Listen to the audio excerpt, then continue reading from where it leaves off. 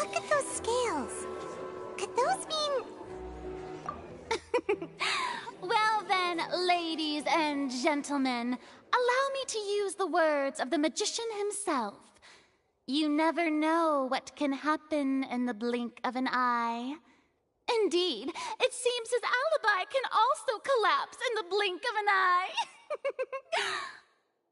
Of course, I have armed myself to do far more than smash your alibi. Confidence cannot go unfounded, and my foundations are rock solid. Tell me, aren't you and Lynette actually from the House of the Hearth? The House of the Hearth?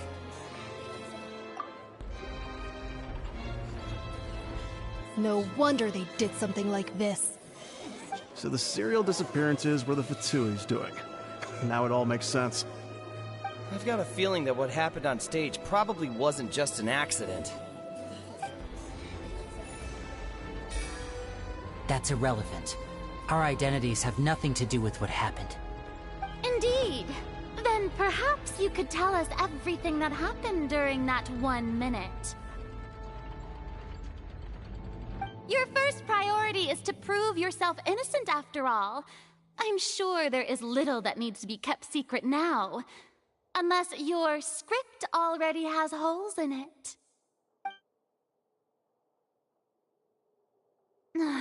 The Outlander is speechless.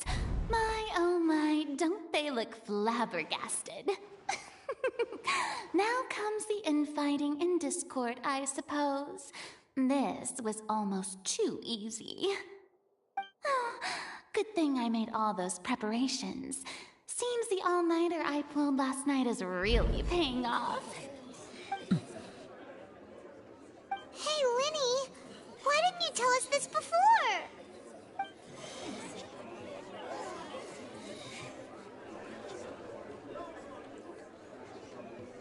Order! Order! Mr. Linney, allow me to re-establish the facts. Lady Farina has raised 2 points. First, when the thud was heard in the Opera House, you were neither in the box nor the tunnel. Second, you and Ms. Lynette are both members of the House of the Hearth. Are these claims true?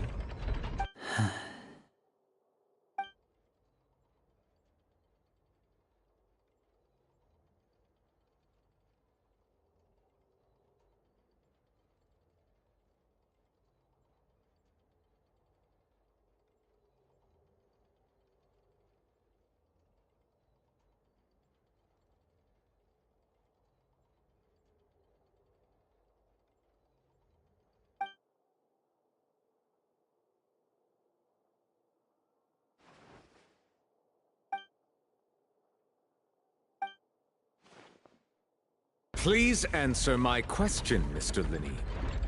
I'm sorry. Yes, they're true, Your Honor.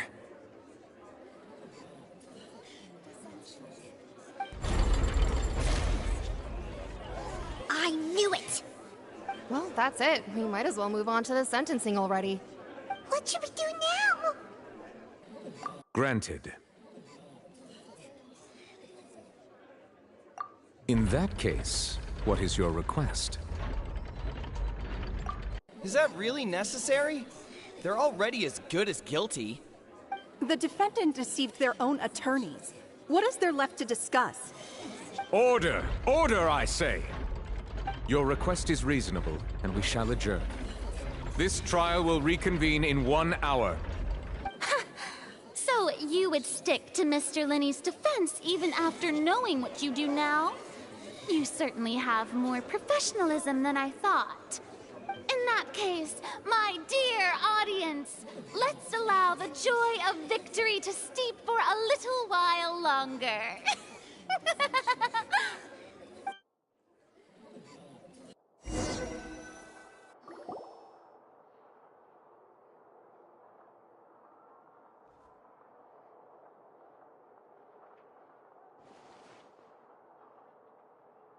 Well, this is awkward.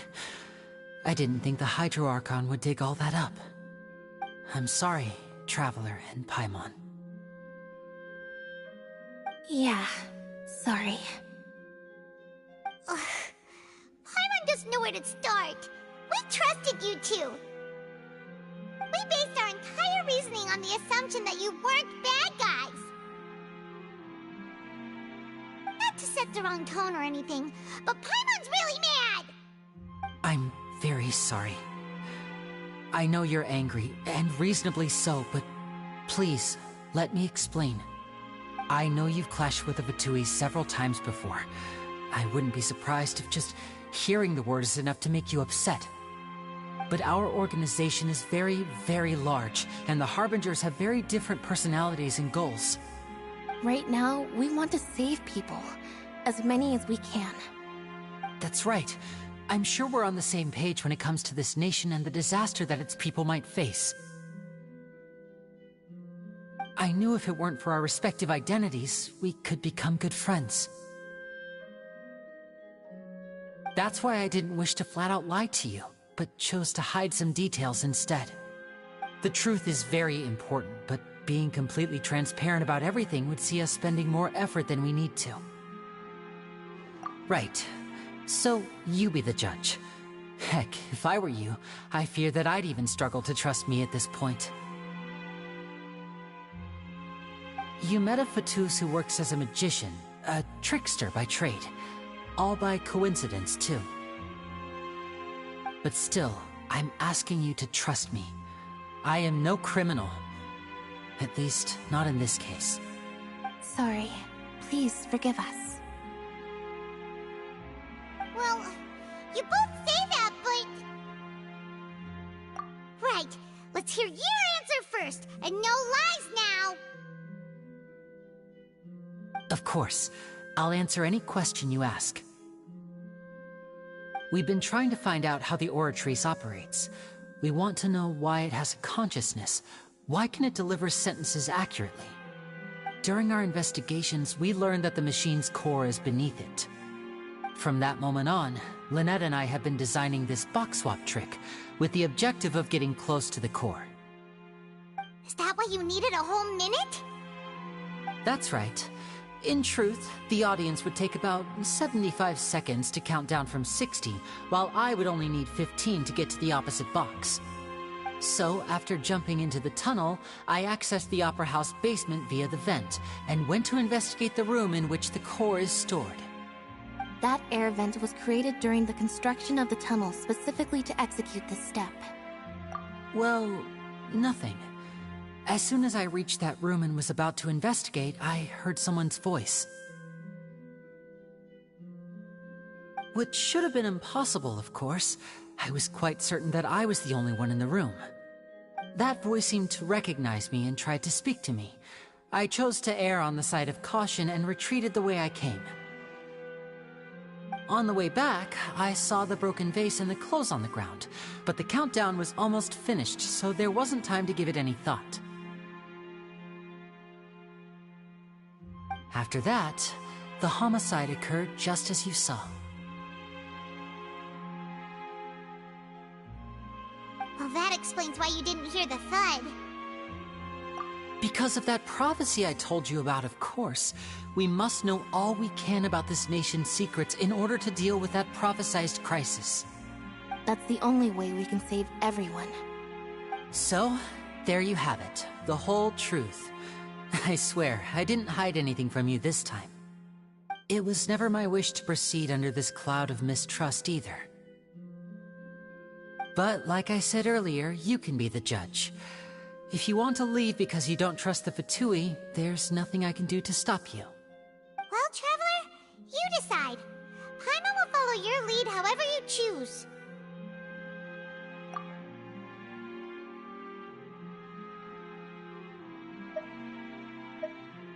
Okay, thank you. Thanks for giving us a chance. The current problem is that the scales are tipped pretty badly against you two. If we want to refute the Hydro Archon's accusations, we're gonna need a seriously watertight defense. Huh? Oh, Paimon thinks she gets what you mean.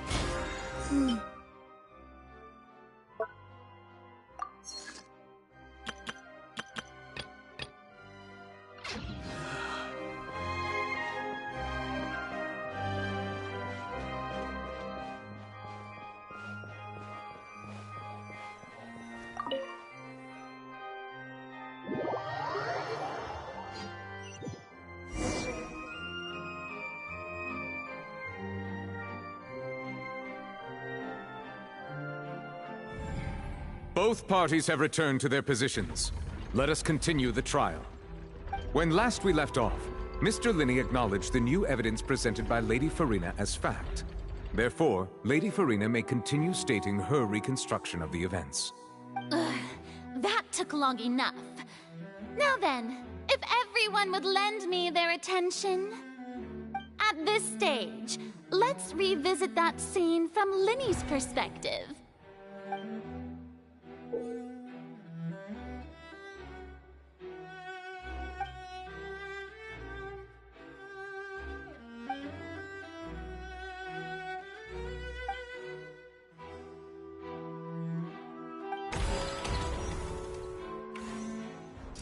As the countdown began, he entered the tunnel. When the flatbed trolley passed, he opened the box and got into an altercation with Halsey, which caused the loud thud. He did not realize that this sound could be heard by everyone in the opera house, which is why he claimed earlier that he could not hear the sound. Finally, he used the vase to knock her out, before making her change clothes to prevent others from recognizing her. At this time, Cowell arrived in the tunnel, having heard that strange noise, and caught Linney red-handed. So Linney proceeded to knock him out too before stuffing him into that box. Afterward, Linney passed the unconscious Halsey to his accomplice through the magic box in the audience stands. And there you have it. That's the truth behind what happened. Does the defendant's side have any objections to Lady Farina's description of the events? The key to refuting Lady Farina is the order of events, what Linney experienced, and what he saw.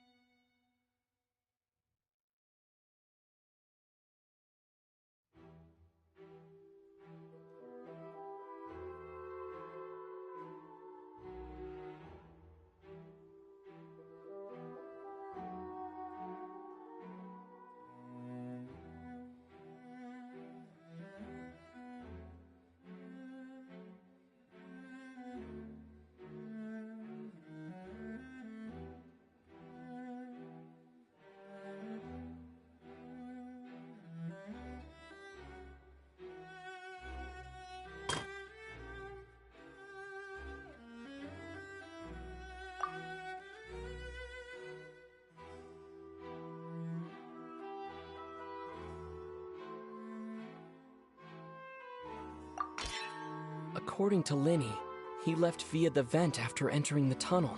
He couldn't have had that altercation with Halsey.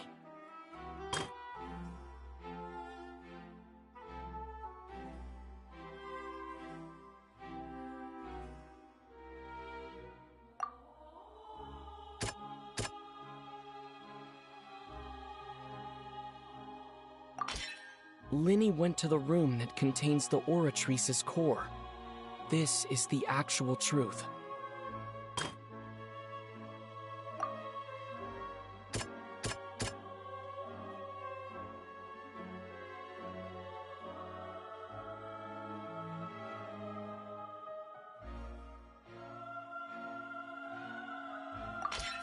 Linney did not take part in the underground altercation.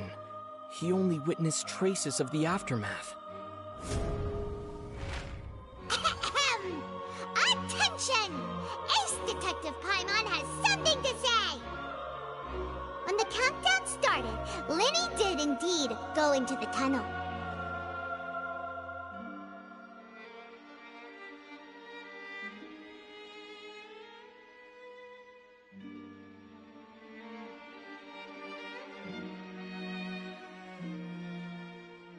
But he immediately used a vent to access the Opera House basement, which is where the underground core of the Oratrice is stored.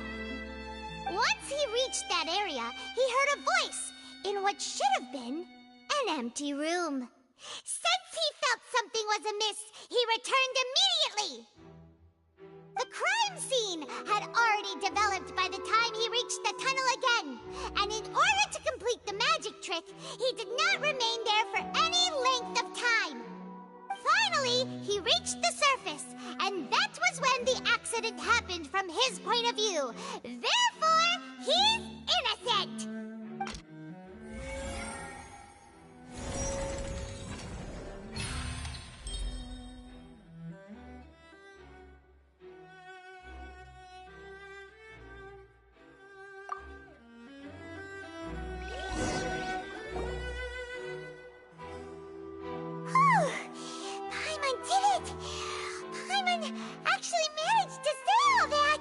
In other words, you believe that he knew nothing of the incident? That's right! My reasoning?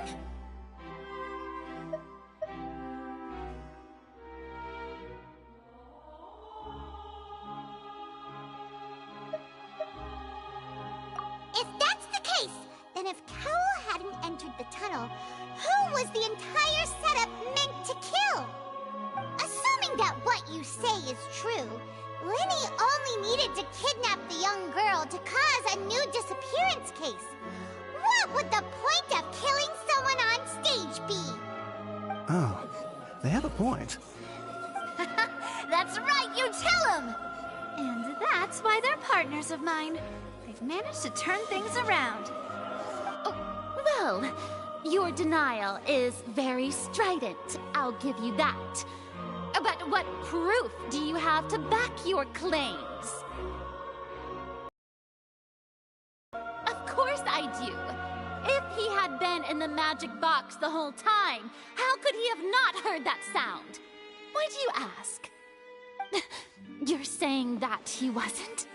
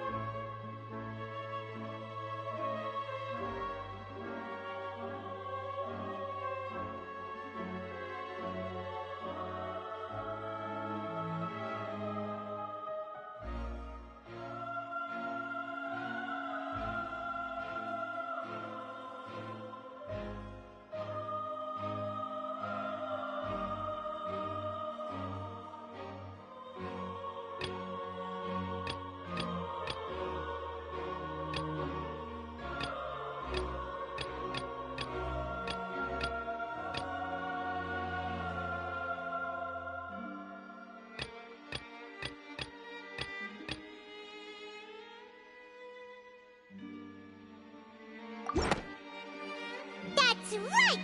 Lenny wasn't in the box or in the tunnel. That's why he didn't hear anything strange during the performance. This means that when the crime happened, Linny had already entered the basement via the vent. The same clue you used to disprove his alibi has now become the best proof!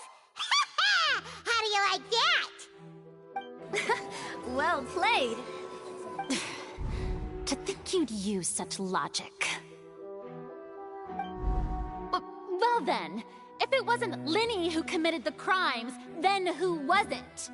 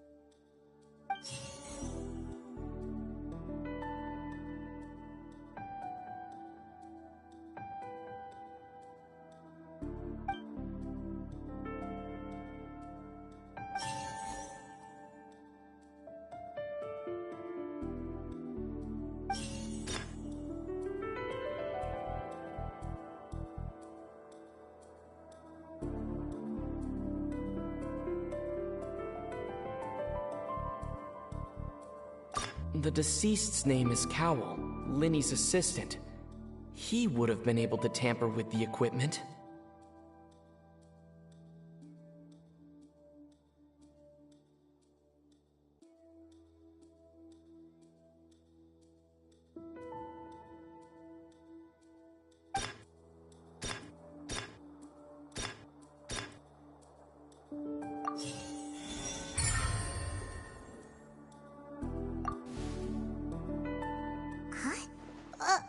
That can't be right.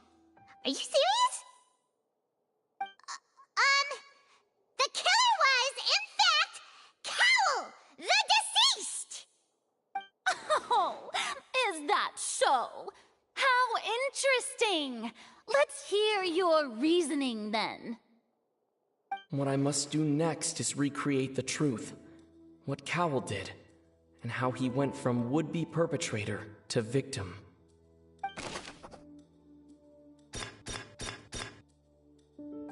Linny was not in the tunnel at that moment, which gave our criminal ample time.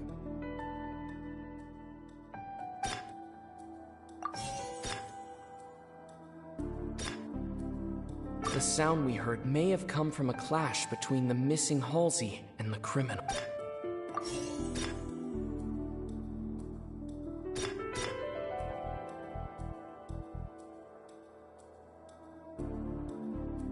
The deceased's name is Cowell.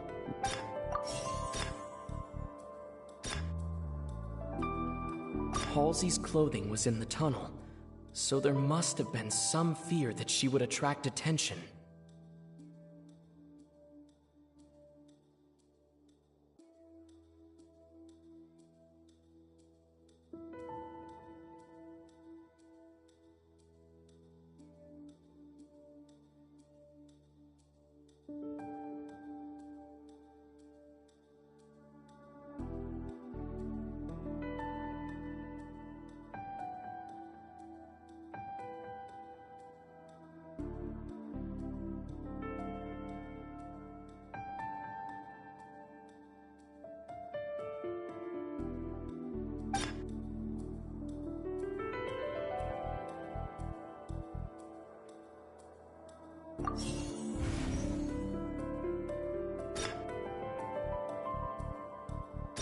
It would have been tough for both people to fit in.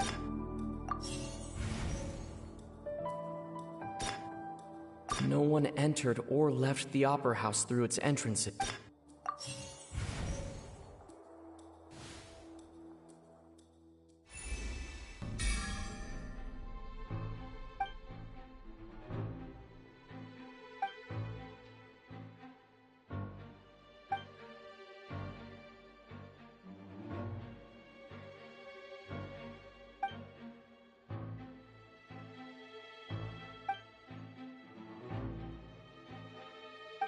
What's wrong, Traveler?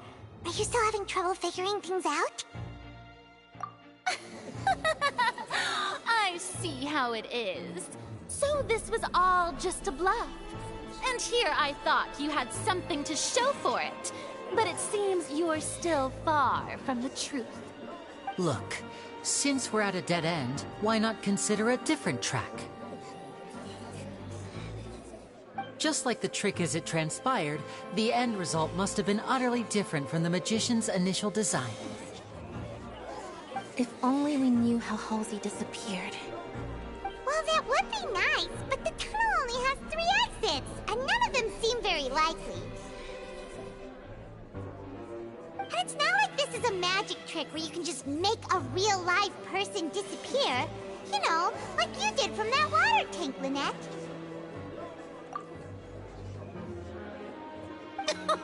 Excuse my interruption, dear opponents, but do you not see that the crowd is growing impatient? There is no greater sin in this opera house than an awkward delay in the performance.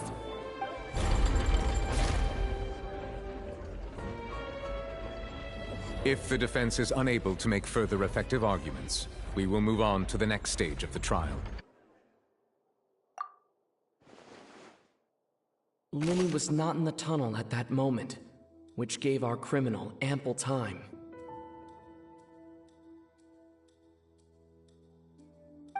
The sound we heard may have come from a clash between the missing Halsey and the criminal.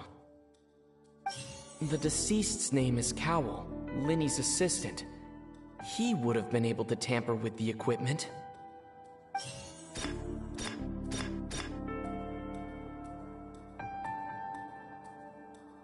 The vase was not broken by chance. It was used to cover important evidence. The water.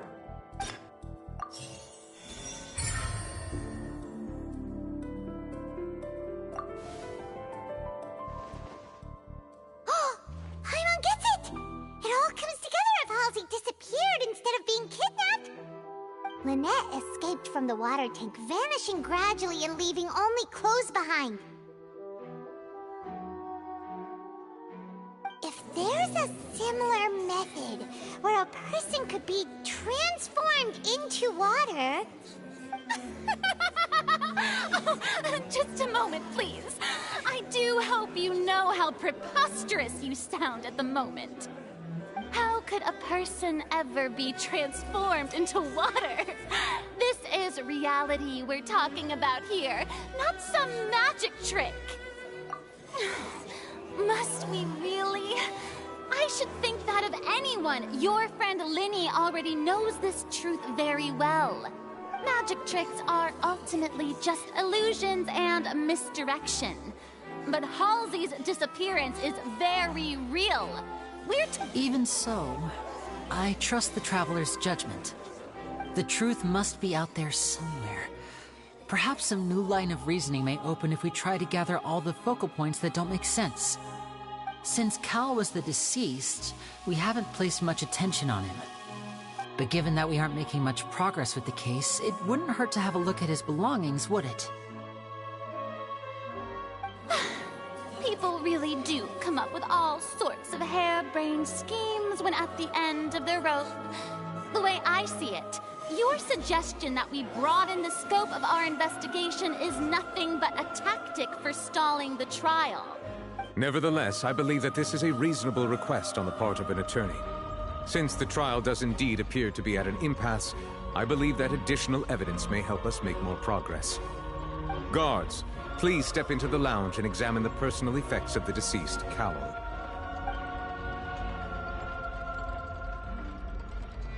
We are still examining the items, but we have already made critical progress that we feel must be shared with everyone post-haste.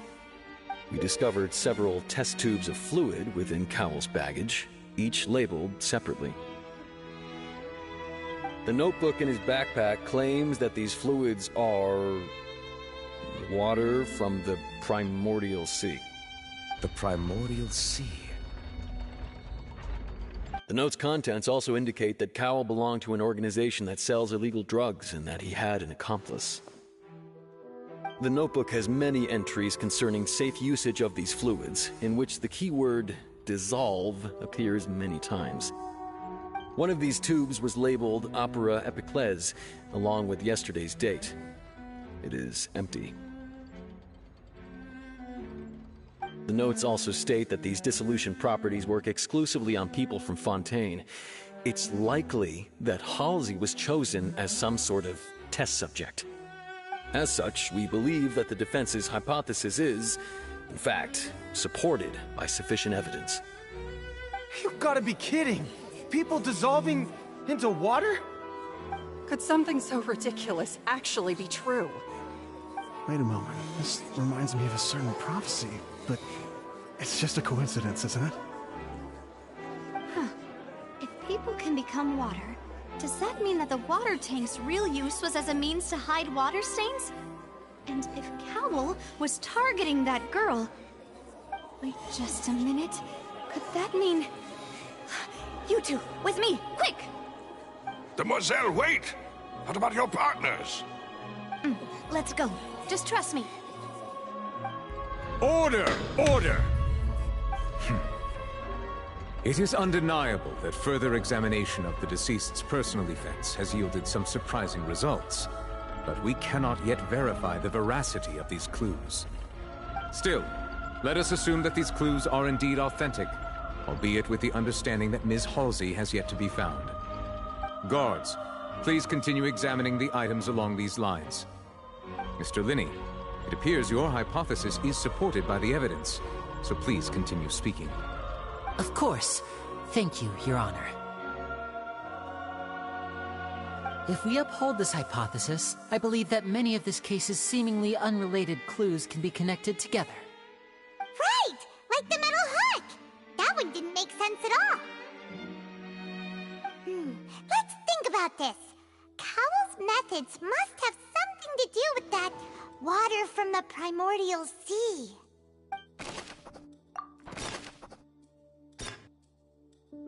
The deceased's name is Cowl, Linny's assistant. He would have been able to tamper with the equipment.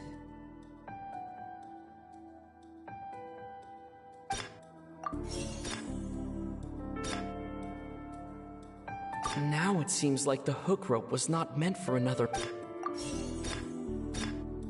The water from the primordial sea should already have been prepped before Halsey entered the magic box.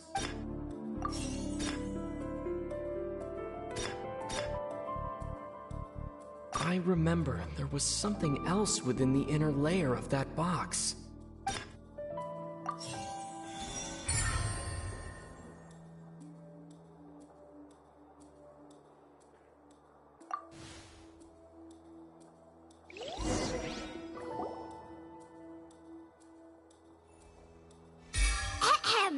It's Ace Detective Paimon's time to shine again! In the original plan, Cowell would tamper with the water tank rope and the number selector securing his target. When the magic box containing Halsey was lowered, the metal hook would retract gradually and pierce the balloon at the top of the box. When the balloon attached to the box popped, the water from the primordial seed inside it would pour down and dissolve Halsey. Afterward, Cowell would enter the tunnel and break the flower vase to conceal the water inside the tunnel, with the remaining evidence being covered up by the water tank on stage. But he encountered something unexpected in the tunnel and wound up being fatally hit by the same water tank he meant to use to cover his tracks. Huh. That does make sense. That actually links together a lot of the more confusing pieces of evidence.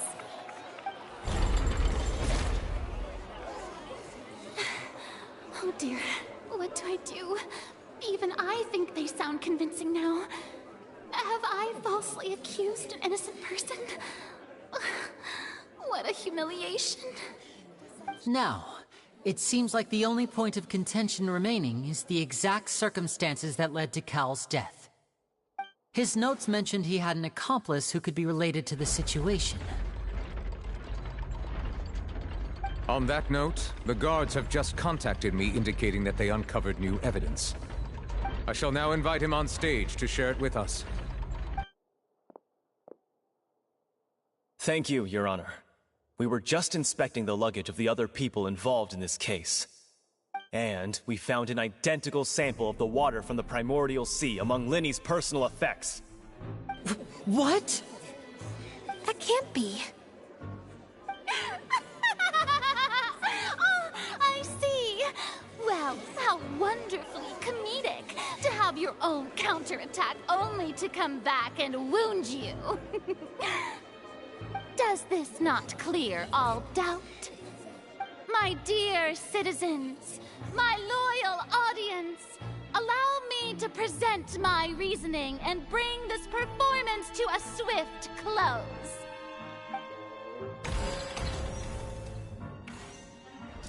Linny did not need to take part in the dissolution of the young woman at all. Indeed, he did leave the scene via the vent.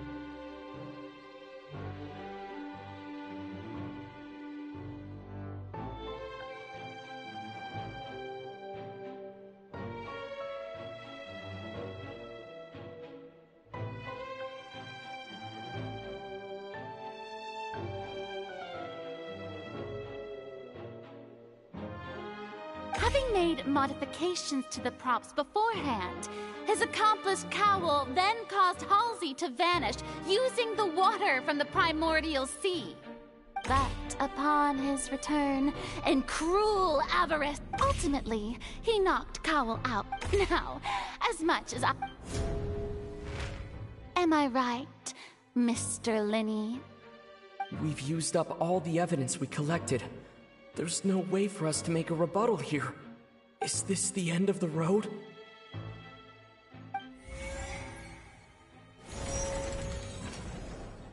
Oh no. Paimon can't think of anything either. Seems using the water as new evidence was too good a move. Why did this have to happen now? I think we've all seen enough now. I believe this is indeed the finale. Now then, my good, noble Chief Justice, should we not, in your view, move... Excuse me, everyone, but I must interject. Miss, I must ask you not to shout, and to respect the ongoing legal proceedings. Oh, come on. Don't be hasty. I have a good reason for interrupting, you know. Now, would anyone here like to take a little break from all this debate and see a little magic?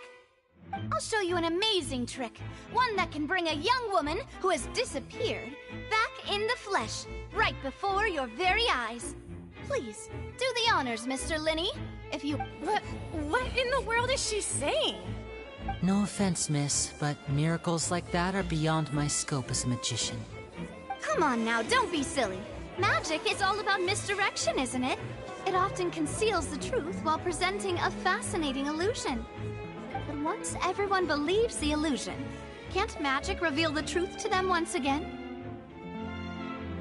And wouldn't such a trick be the most marvelous finale to today's performance? Come on, Lenny and Lynette. Give it another go. Don't worry. Spina di Rasula has made the necessary arrangements on your behalf. But, as the magic makers and stars of the show, I think I should leave the final performance to you. I understand.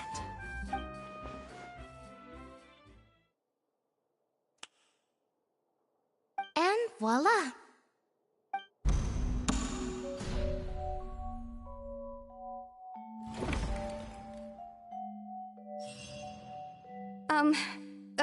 Sorry for the interruption.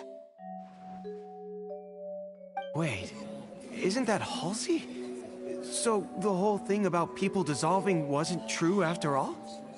To be clear, I'm only here because this person told me that if I testified, the merit of doing so would lessen my sentence. I was hiding outside this room listening to the proceedings because I was afraid that I would be the one put on trial. I was just feeling happy that no one had noticed me, and then before I knew it, she caught me.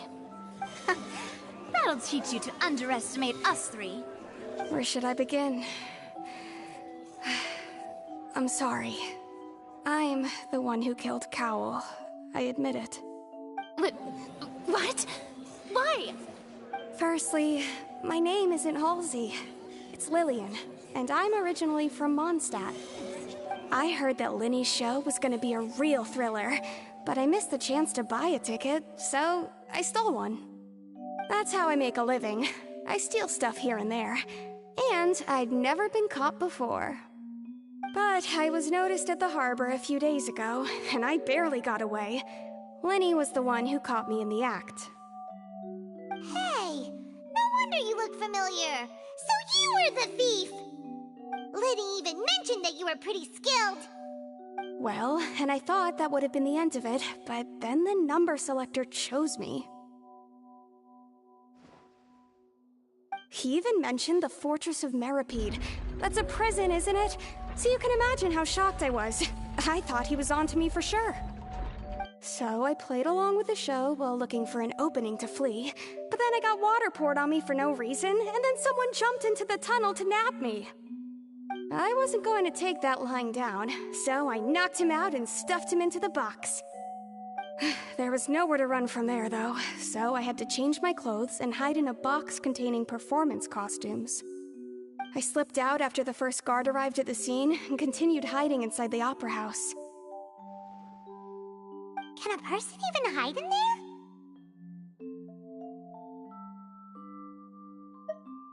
But I swear I didn't know that the water tank would fall down. Really, I swear it. Had I known that, I wouldn't have put him in the magic box. I may be a thief, but I'm no killer. Well, that makes everything pretty clear now, doesn't it? This time, we need to tell the entire story from Lily-Ann's perspective.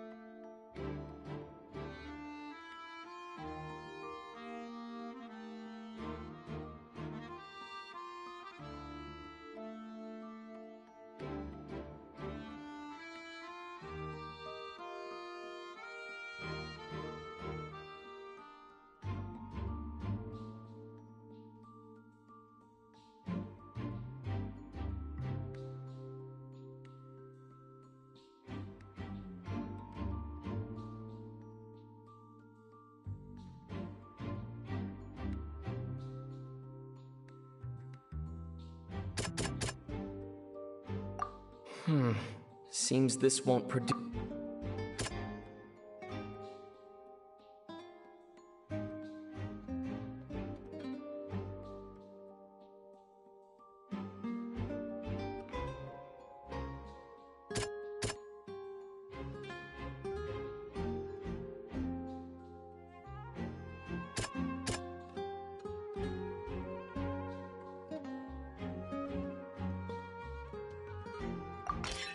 The strange sound wasn't from a fight.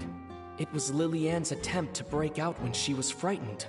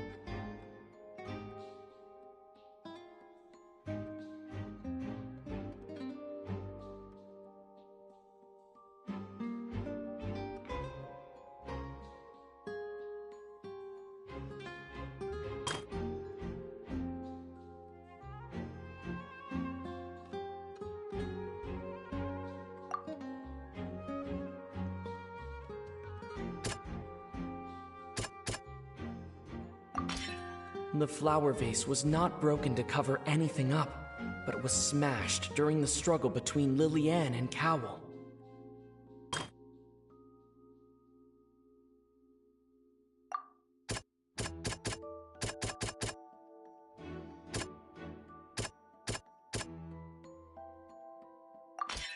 Lilianne was afraid that she would be recognized if she left, so she changed clothes and hid, biding her time. Just what one might expect of an experienced thief. And it's Ace Detective Paimon time! Having been selected out of the blue, Lilianne panicked. Her panic only intensified after she entered the tunnel and had water poured on her head. So she kicked the door open, producing the thud we all heard.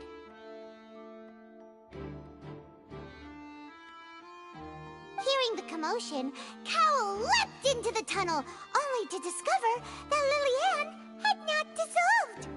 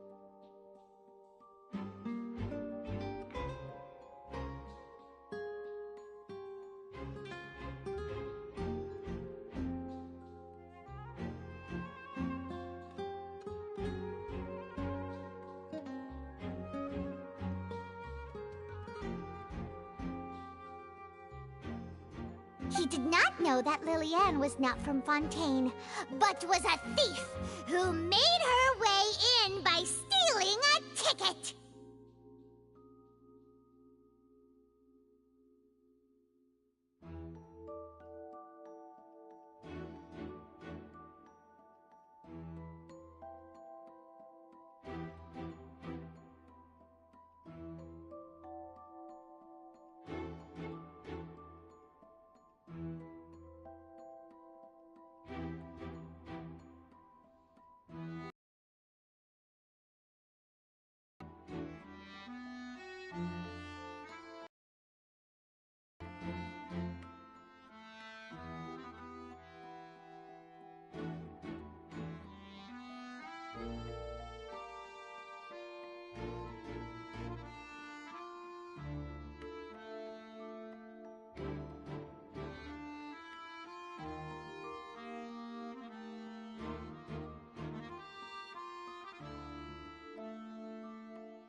Mistakenly believing that the water from the primordial sea needed time to take effect, he tried to force Lillian back into the box.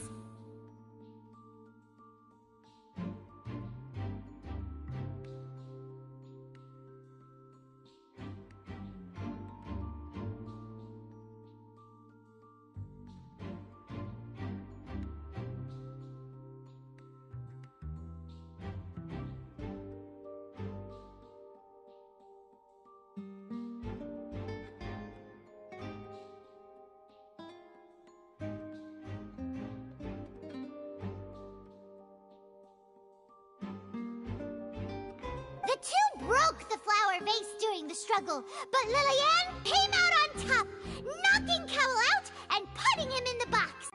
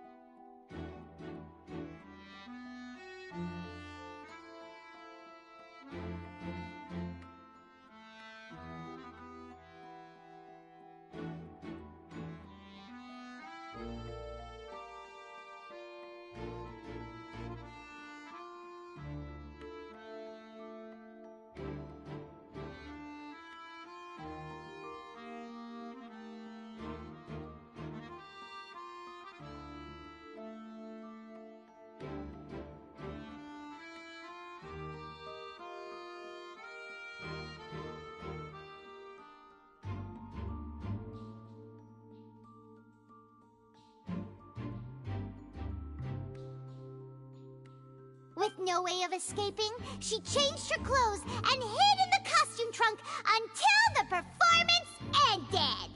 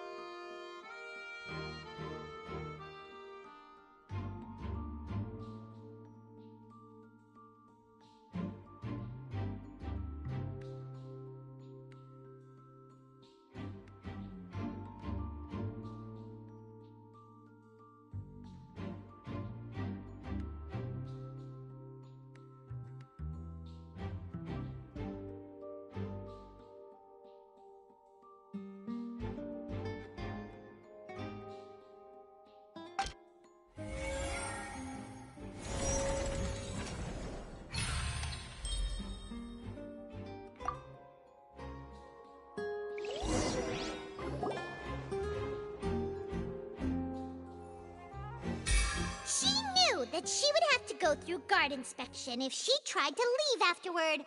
So, she has been trapped in the Opera House these last 2 days! She had already become desperately hungry by the time we were chatting over macarons. So, she swiped 2 of them right under our noses. Talk about a sneaky thief. At this point, all the events that happened in the tunnel have now come to light! Ah, so that's the whole story. Bravo! Bravo! Now then, Lady Farina, do you wish to speak against the defense's statements? Please answer the question, Lady Farina. Also, if I may add, the trial has not yet ended.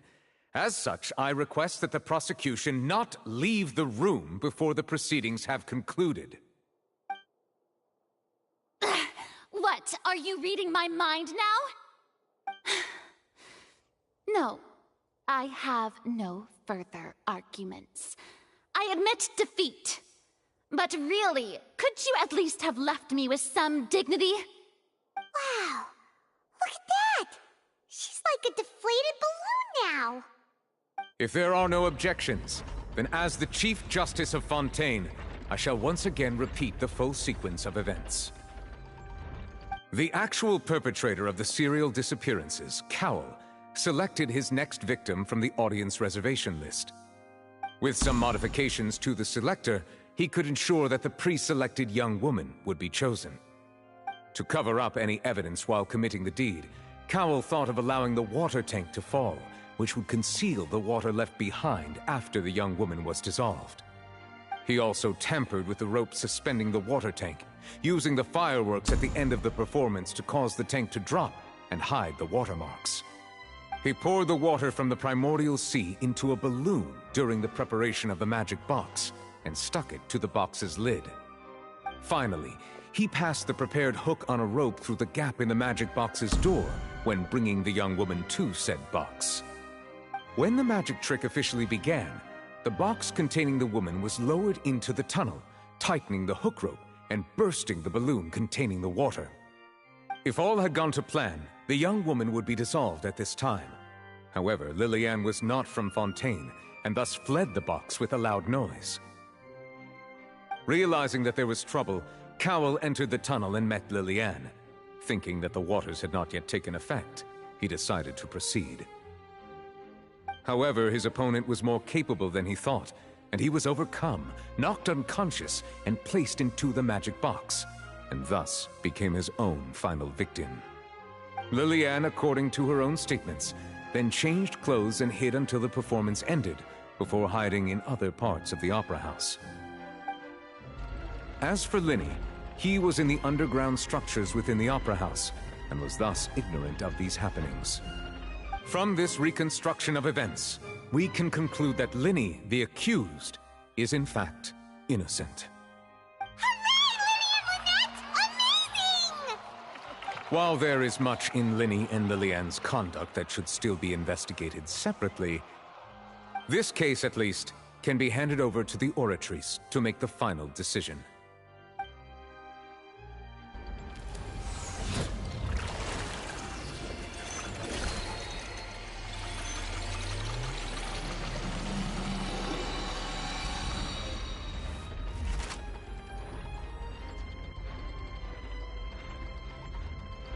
As such, Linny and Lynette are officially declared not guilty.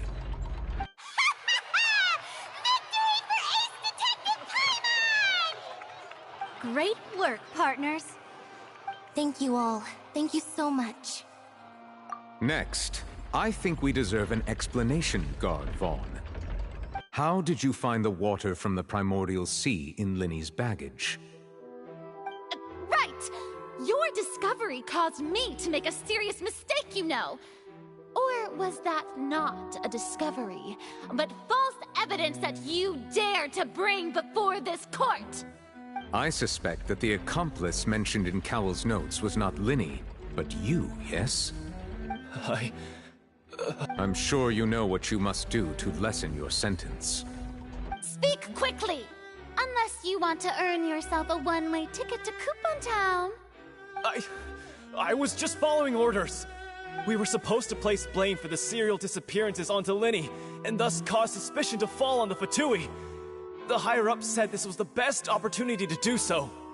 And now that your plan has fallen through, and the secrets of the water have been revealed, you have become a liability to said higher-ups, yes? Therefore, you would be wise to tell everything you know, and seek the protection of the guards. Yes, I'll tell you everything I know. Our boss discovered that the water can cause people to dissolve. It can also be made into a potion, which when extremely diluted, can cause people to experience unforgettable exhilaration. We've been in this business for a while now, and have made decent mora off it. The disappearances were also the boss's idea.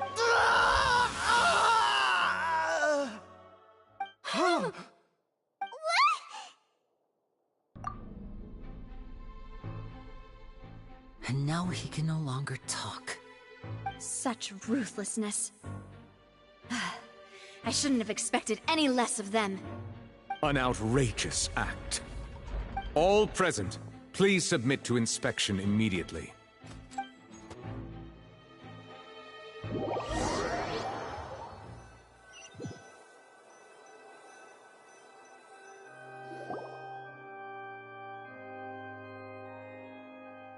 So, we're just going back now? That's true, but... Traveler, Paimon! Please wait. Lenny... I know you may not want to speak to me right now. Maybe you don't even want to look at me. But still, let me thank you again for defending me to the end, even after you learned that I'm a member of the Fatui. I guess. But regardless, I'd like the opportunity to set things straight. I didn't approach you with any ulterior motives or ill intent. I've spoken to you as myself, just plain Linny this entire time. As for why I'm a Fatus, it's because the goals of the House of the Hearth align with those of an orphan like me. That's all. That was how Father, who you might know as the Knave, approached recruiting us back then too. A knave? The one who controls the House of the Hearth? She's your father? That's right. And since we're here, I was wondering, would you mind hearing a story? It's about my past. Back when our parents first died, Lynette and I were left wandering the streets. To survive, I took to surreptitiously observing an older street performer who did magic. It took me several days to figure out how he pulled off his amazing tricks. I took my sister through several streets until we found a crowded corner, and we began to perform magic tricks there. To my surprise, we proved to be pretty popular, and we could at least stop worrying about where our next meal would come from for a time. But I didn't want my sister to remain a street rat together with me forever. Before long, an aristocrat came to me and claimed that he wished to take us in after watching my performances. So you went from orphans to nobility just like that? That was how we felt at first too. As if fate was on our side and we could say goodbye to those painful days. But I gradually discovered that while we were called foster children, he was really after my talent for magic tricks. He would constantly take me to all sorts of banquets to garner attention, which he would then use to expand his social circles. That doesn't seem too bad either. Better than roaming the streets at any rate. It took a while for me to realize just how dark his heart really was. After one particular performance at a banquet, I discovered that Lynette was not on the same return vehicle as me. I waited a long time after we returned home, but she did not come back. I went to that noble's bedroom and asked him about her whereabouts. The answer he gave me was, she caught the eye of the most eminent person at the banquet, so I sent her over as a gift. I mean, you'll be able to perform your magic regardless of who your assistant is, yes? Oh no. So he was gonna... But wouldn't Fontaine's laws deal with such people? As far as outsiders are concerned, this is a relationship akin to adoption or foster care, and they have their ways of escaping the eye of the law. I managed to ferret out the location of the mansion of that so-called eminent person, and hurried through the night. But by the time I leaped over the walls, avoided the guards, and made my way in, all I saw was the moonlit ground covered in blood, and the knave standing there in the darkness. So, she'd already taken care of that guy. That's right. She had rescued my sister before she could come to any harm, and had even discovered several girls hidden in a basement, all of them orphans. Father, I mean, the knave, might have seen something in me, and so she made me an offer. The House of the Hearth welcomes you, for your interests align with ours. Here, none will ever betray you. Indeed, betrayal shall never be permitted here. I was hesitant to trust her. I mean, I had just been betrayed by nobles. But she was also quick to destroy the noble who had taken us in at first, giving us back our freedom. Oh, so that's how the two of you joined the House of the Hearth. She has her own plans. She has gained permission from the Tsaritsa to first use the Gnosis' power when she obtains it. She plans to use it to find a way to break the prophecy and save Fontaine. So, she believes in that prophecy too? That's right. The whole House of the Hearth is currently working to combat that crisis. Today's case has also proven that people from Fontaine can indeed dissolve into some sort of water, thus further supporting the prophecy. Everyone at Hotel Bouffe d'été, including the knave, has their roots in Fontaine, and we will always defend our homeland. To us orphans, the only connection we have left to this world, apart from our family, is our homeland. So, from small deeds like distributing magic pockets to huge schemes like stealing a Gnosis, everything is aimed at dealing with that prophecy. It's all right. I understand. The only thing I can do is relate all this to you. I just hope you can understand that even as a member of the House, I have never stopped making my own decisions, and that I believe what I'm doing is right. If you should need anything at all in the future, feel free to find me. I will do my best to help you, as plain Linny.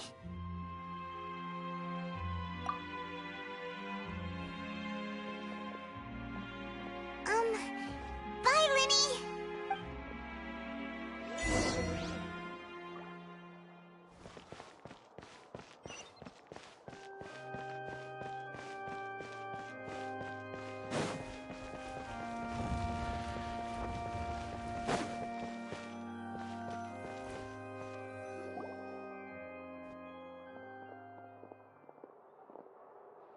Hey there!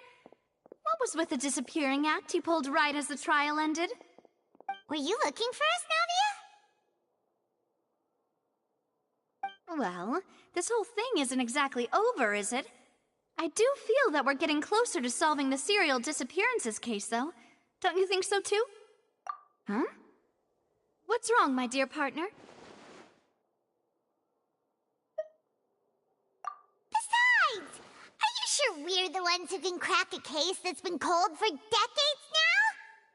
And given that there's new evidence from the trial, there should be a trail of breadcrumbs for the Hydro Archon's people to follow now, right? Ah. I see. Well, I won't lie. I'm a little shocked to hear that from you. But I suppose you are just travelers who have only arrived in Fontaine after all. Sorry. I might have been too presumptuous. Don't say that, Navia. Ah, and we were having so much fun investigating with you, too. It was like having new waters flowing into a stagnant mire, causing new hope to spring forth, and the reflection in the murk to become clearer. Well, Sorry about that. Wait, shall we have a farewell meal? You know, to commemorate our time as partners? Huh? Do we really need to get that formal? Well, I'd just like to have a proper ending to every... Anyway, it would just be a meal, so it shouldn't take up too much of your time. You don't have to twist Paimon's arm. If Boss Navi is treating, Camp Paimon... Oh, wonderful. In that... Alright then, let's have our farewell meal.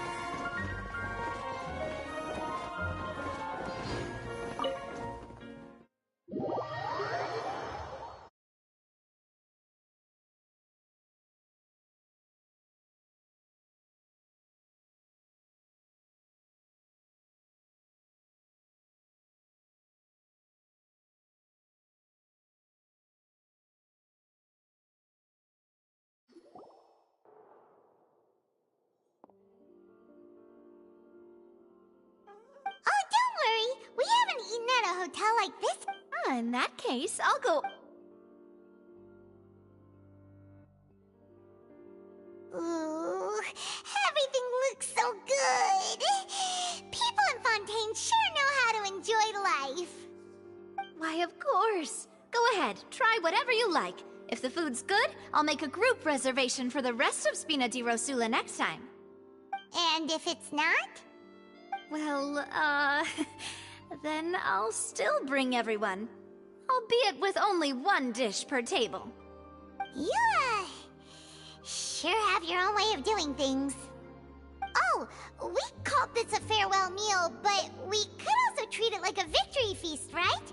We did. Oh, true. Very true. In that case, boss, will. Huh? Paimon didn't mean that you had.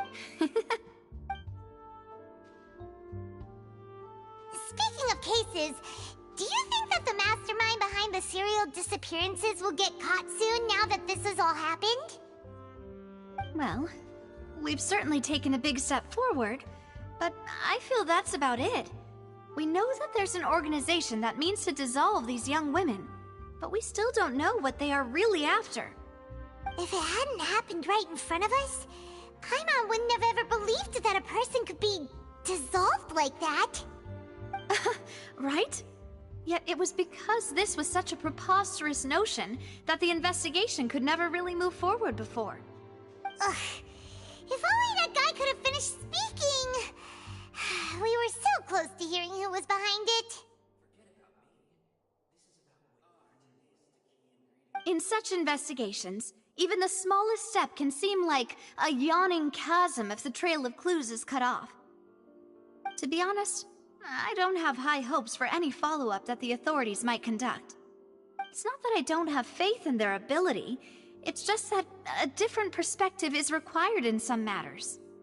It's easy to guard against and deceive a single narrow perspective. A shift in thinking is required at such times in order to produce a breakthrough. Which is exactly why the Spina di Rosula exists. Those highfalutin folk are not all-knowing. That's why we exist. To seep into the cracks where filth falls through, where their watch fails them. That's the kind of problems we solve. Seems Paimon thought things were simpler than they actually are. It's all right. Well, this was supposed to be a farewell meal, so I doubt you have further interest in this business, right? Let's talk about something else. Like, what are your future plans?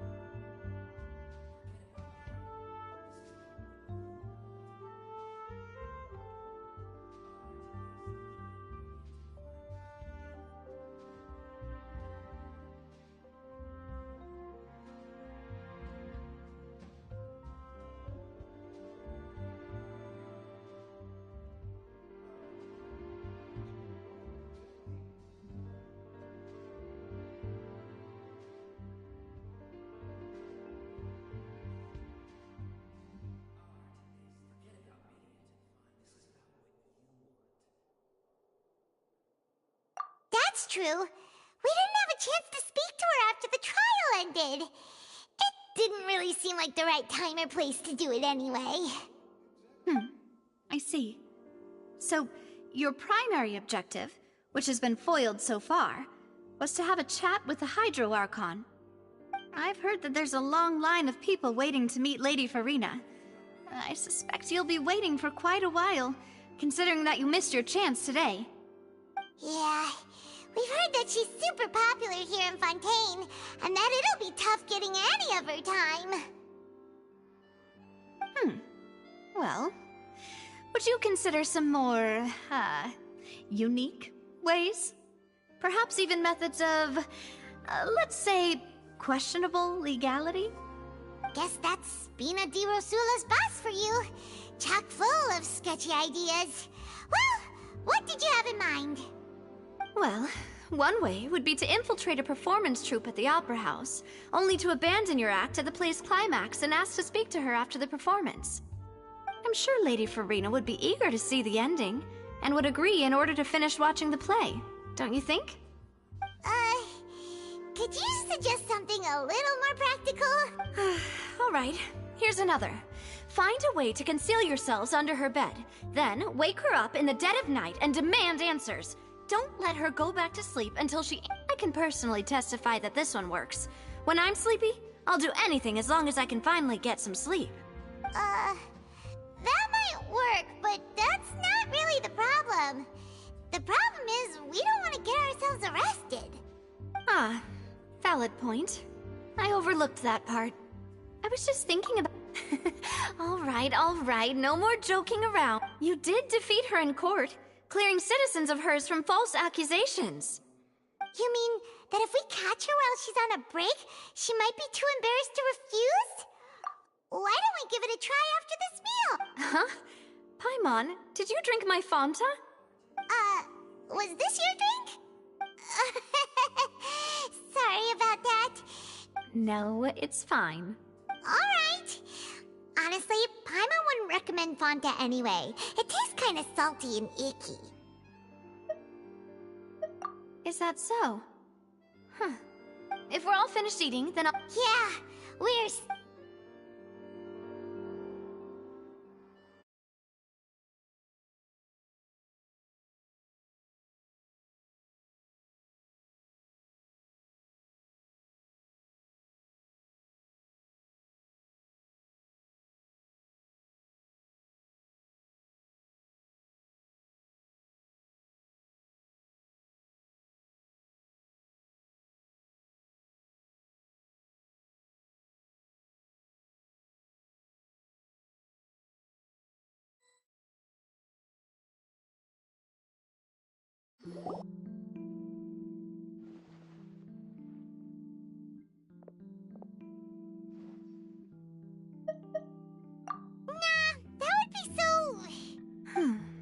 Okay. Hey, Navia! What are you doing over there? Oh, nothing. It was just a meal, you know? Nothing the Spina di Rosula can't cover. Let's get ready to try... So this is goodbye, huh? Well, if you do encounter any other trouble in Fontaine, you're all... in any case, I wish you smooth sailing. See ya!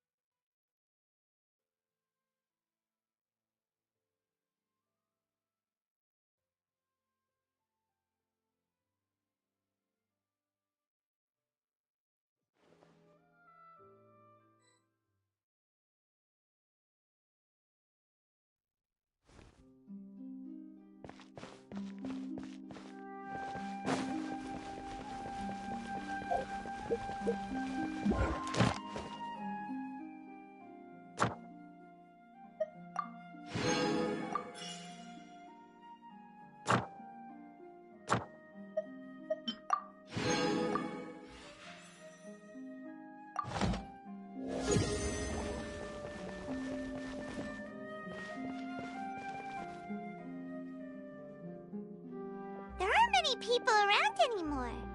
Looks like that boat we took to Araneas might have been the last one. Vache. Looks like we're back here again. Huh? Traveler? Are you hearing voices again? Ugh. That's kinda spooky. Vache? Vache. Hey, why are you still walking towards it? There... Huh? Hang on. Paimon can kinda hear a voice. It's calling for... Vache, right? Hey, Traveler? Stop walking! Come on, wake up!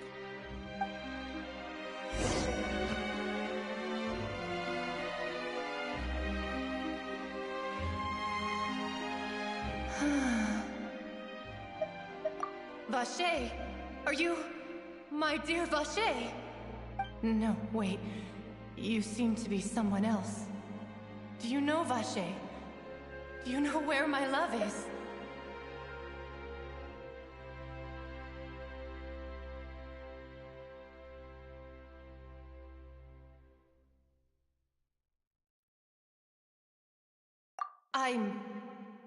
Wait. Who am I? I'm very sorry. I fear I do not know. My memories feel like they have been washed away like a flood. So many fragments dissolved amidst the tide, never to be recovered. How much have I lost? How many things that I once held dear while on land have I since forgotten?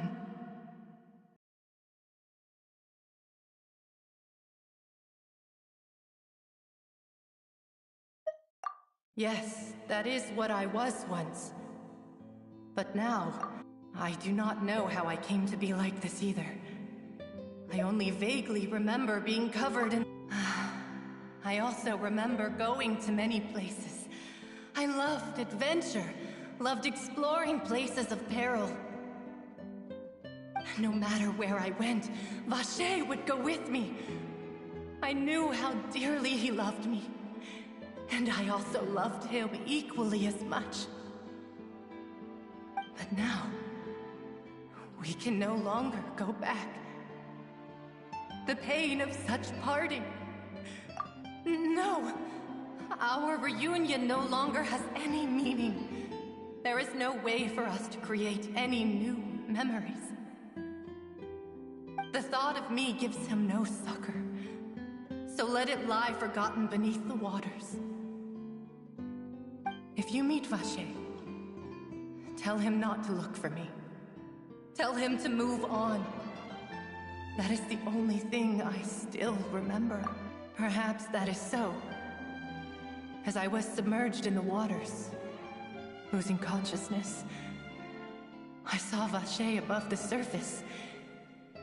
His eyes were filled with such sorrow, such longing. If only I could have comforted him, told him that I did not suffer. Indeed, I had felt a great warmth.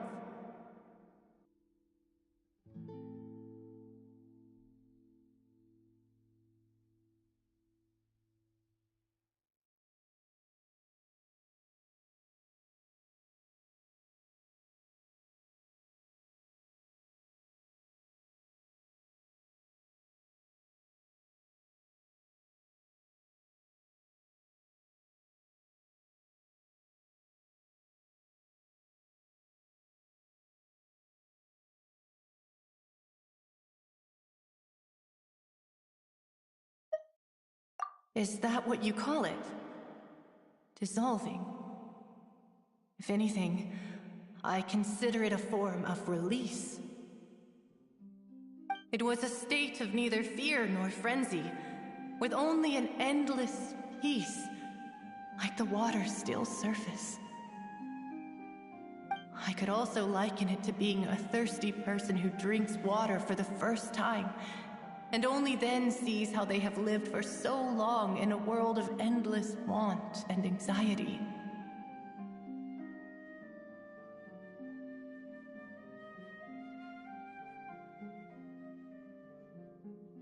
I think I hear your companion. It's time for you to go, I think. Farewell, then. I am glad that you were able to sense my presence. Remember, if you see Vacher, tell him not to seek me out any longer.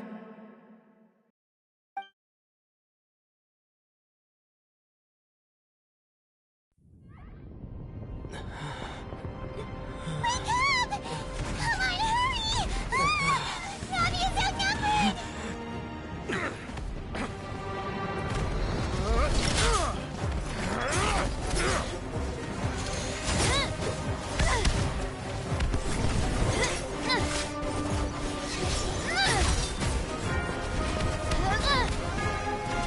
Demoiselle, look out!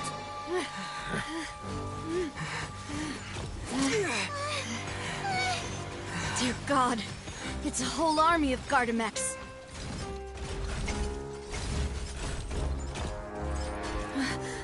Chlorand?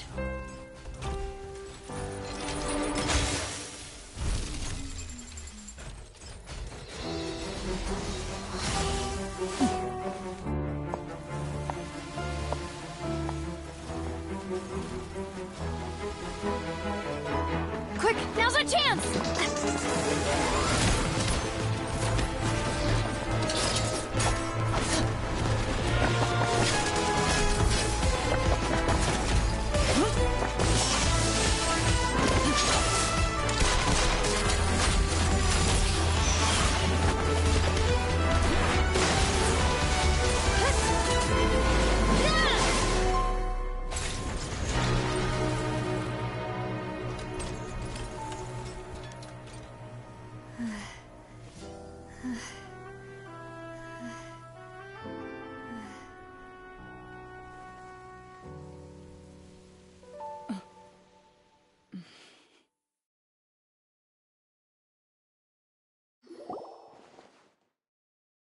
I should thank you for lending us your sword there, Clorand. But before I do so, could you explain how you managed to show up here? I followed you. It seemed to me that danger has followed you more closely as of late. I believe that following someone without their knowledge is actually called stalking, is it not? Mr. Callus's last wish was for me to ensure your safety, and I will not betray his trust. He would do the same, were he alive today. Do not speak of my father! Sorry, demoiselle. I was not strong enough. Thank you for your aid, Miss Clorand, but do keep an eye out for your manner of speech. I believe we all wish to avoid unnecessary emotional harm. Sorry, I did not consider your feelings. Whatever. What else do you know? How did you come to the conclusion that I'd be in grave danger? I doubt I know much more than you, but I believe that the mastermind behind the serial disappearances is very powerful. Your performance tonight will almost certainly attract their attention. I'm sure they've known about me. To be honest, I'm shocked it's taken them this long to act against me. And what about these Gardamex? I thought only those associated with the Maison Gardiennage could control them.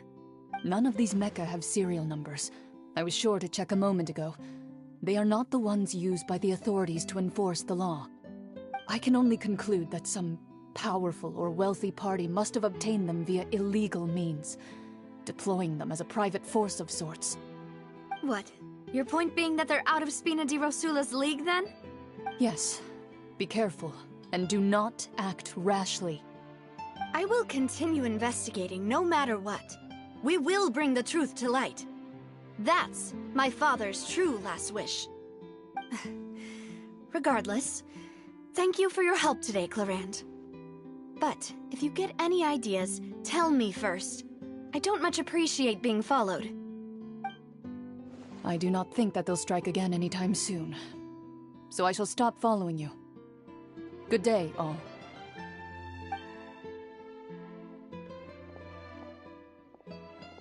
Right. I suppose that's the best news we've gotten today. Demoiselle, I believe that Miss Clorand was being sincere with you. If we tried, we could attempt to thaw relations a little. I know, she's...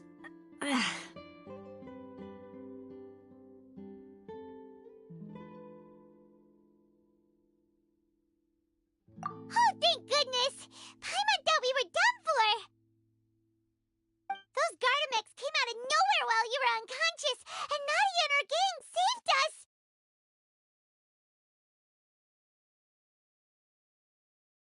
Oh, and there was that champion duelist named Clorand who came out to save us too!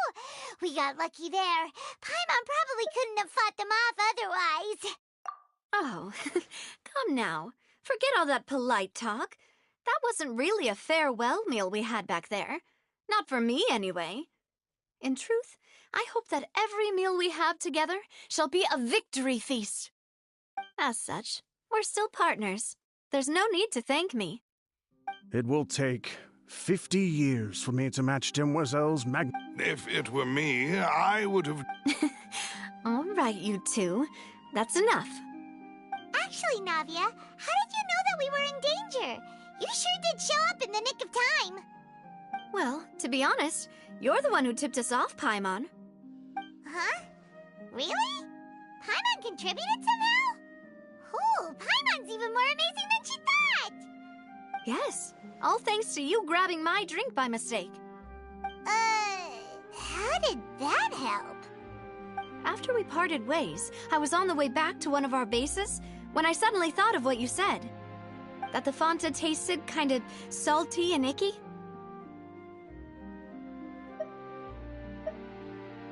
Fanta only comes in sweet flavors, so how could it have tasted salty? The color of the drink, if I recall, had also been a bit off. So the Fanta had been spiked with water from the primordial sea? Yes. So, if you hadn't drunk that cup for me... Spina di Rosula is preparing the grandest of awards for you as we speak for saving the boss. Huh?